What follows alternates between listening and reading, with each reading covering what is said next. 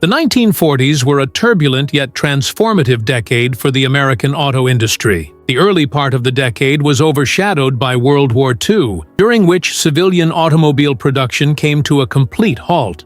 Automakers turned their efforts to building military vehicles and equipment. After the war ended, the industry came back to life, adapting military innovations for civilian use and introducing models that would shape post-war America. Here are 3 such cars, forgotten icons of the 1940s. Dear viewers, please subscribe to our channel. Thank you for your support. Number 3. The Kaiser-Frazer Corporation was founded in 1945, right after World War II, as a partnership between industrialist Henry J. Kaiser, a shipbuilding magnate, and Joseph W. Frazer, an auto industry veteran who had worked with Chrysler and Willys Overland.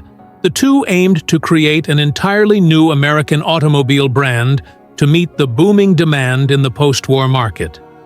At the time, the Big Three, GM, Ford, and Chrysler, were slowly ramping up civilian production again, mostly reusing pre-war designs. This gave Kaiser-Frazer an opportunity to debut a truly fresh, modern car, the Kaiser-Frazer Specials. The cars were built at the former Willow Run bomber plant in Michigan, which had built B-24 Liberators during the war. The Kaiser-Frazer Special was designed to stand out in a crowd of reheated 1941 to 42 models.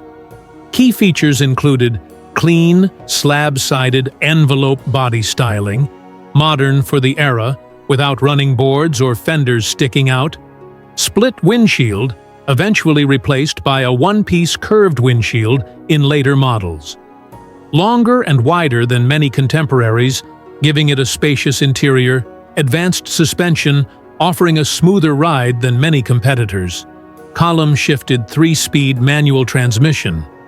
Interiors were relatively luxurious, especially in Frazer-badged versions, powered by a 226 cubic inch inline-6 engine, Continental Supersonic 6.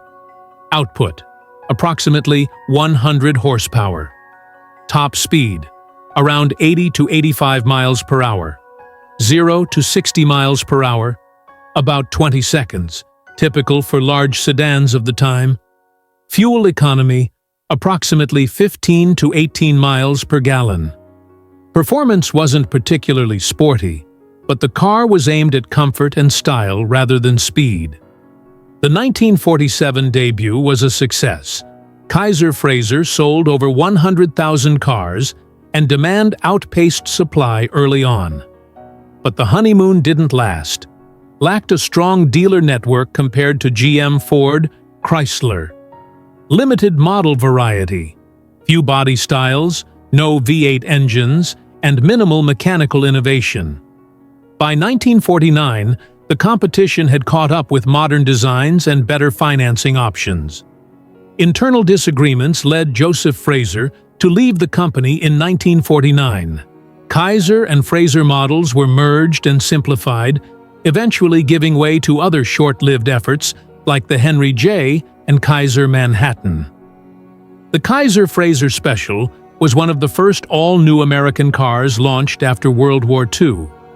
While Ford and GM were still selling warmed-over pre-war designs, Kaiser-Frazer introduced something truly new, catching the public's attention and signaling a brief moment of disruption in the auto industry.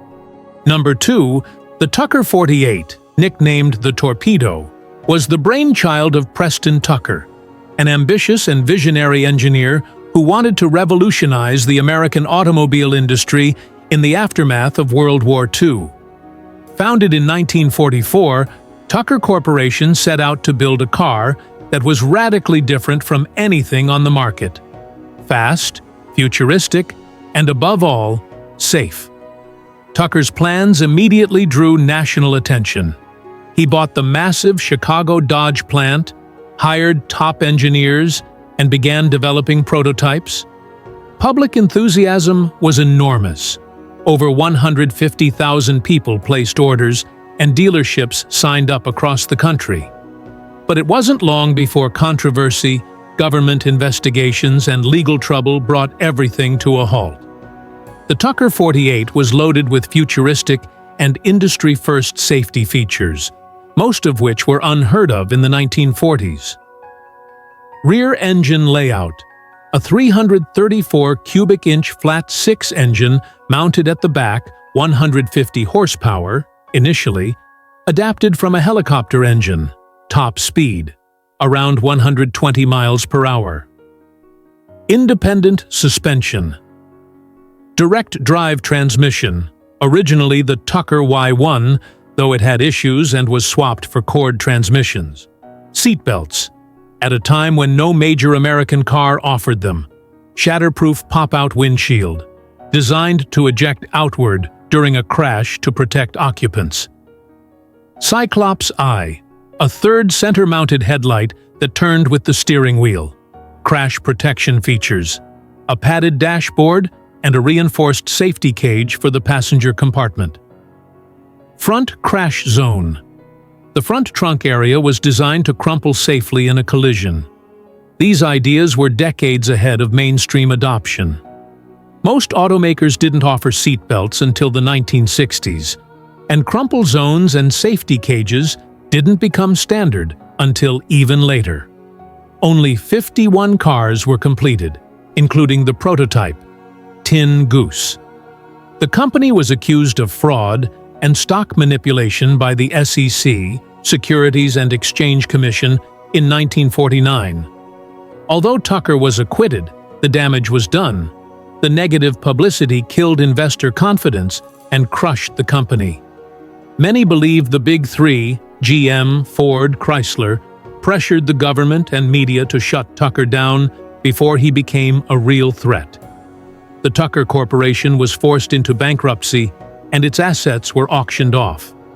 Only 51 cars were built, so the Tucker 48 never got a chance to enter the mainstream.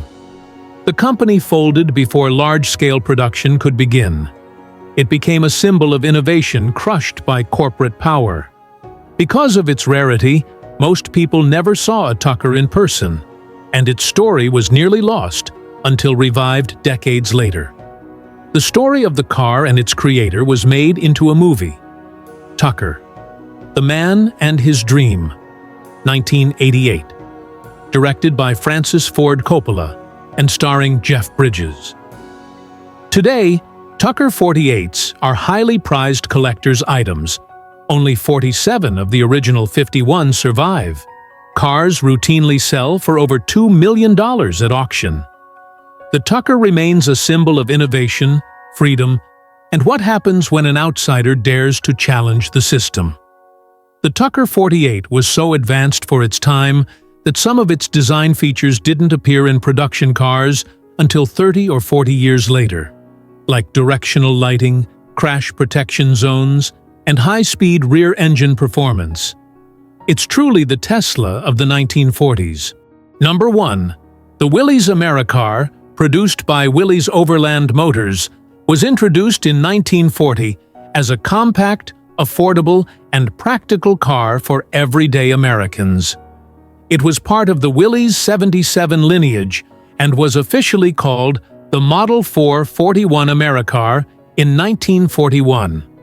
At the time, Willys was a relatively small player in the auto industry, but the Americar was intended to offer solid value, fuel efficiency, and reliable performance at a low price. However, its civilian run was cut short. World War II broke out, and by 1942, civilian car production in the U.S. came to a halt. Willys quickly shifted to military production, where it would find its legacy with the legendary Willys MB Jeep. While not flashy or luxurious, the Americar had a simple charm and functionality that appealed to budget-conscious buyers. Engine, 134 cubic inches, 2.2 liters. Inline-4, Go Devil engine. Transmission, 3-speed manual, around 65 miles per hour, up to 25 miles per gallon. Impressive for the era. Available as a coupe, sedan, and station wagon. Rounded fenders, simple grille, and a no-frills design reflecting Depression-era practicality. Its lightweight design and frugal engine made it a hit with drivers looking for value and low operating costs. Willys' wartime success with the MB Jeep became iconic, pushing the Americar into obscurity. Short production run, only produced from 1940 to early 1942 before civilian car production was suspended. Unlike other brands that resumed civilian production after the war, Willys focused primarily on Jeep-based utility vehicles rather than reviving the Americar. Because of these factors, the Americar faded from memory, despite being an important part of Willys' transition from carmaker to wartime supplier. The Willys Americar was one of the last civilian cars produced before World War II halted all U.S. car manufacturing in early 1942.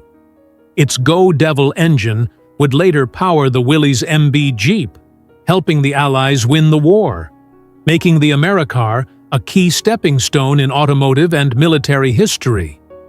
Though forgotten by most, the Americar Coupe gained unexpected fame in the 1960s and 70s hot rod scene. Its lightweight body and rear-wheel drive setup made it a popular drag racing platform, especially for gassers, high-riding, nose-up hot rods built for straight-line speed.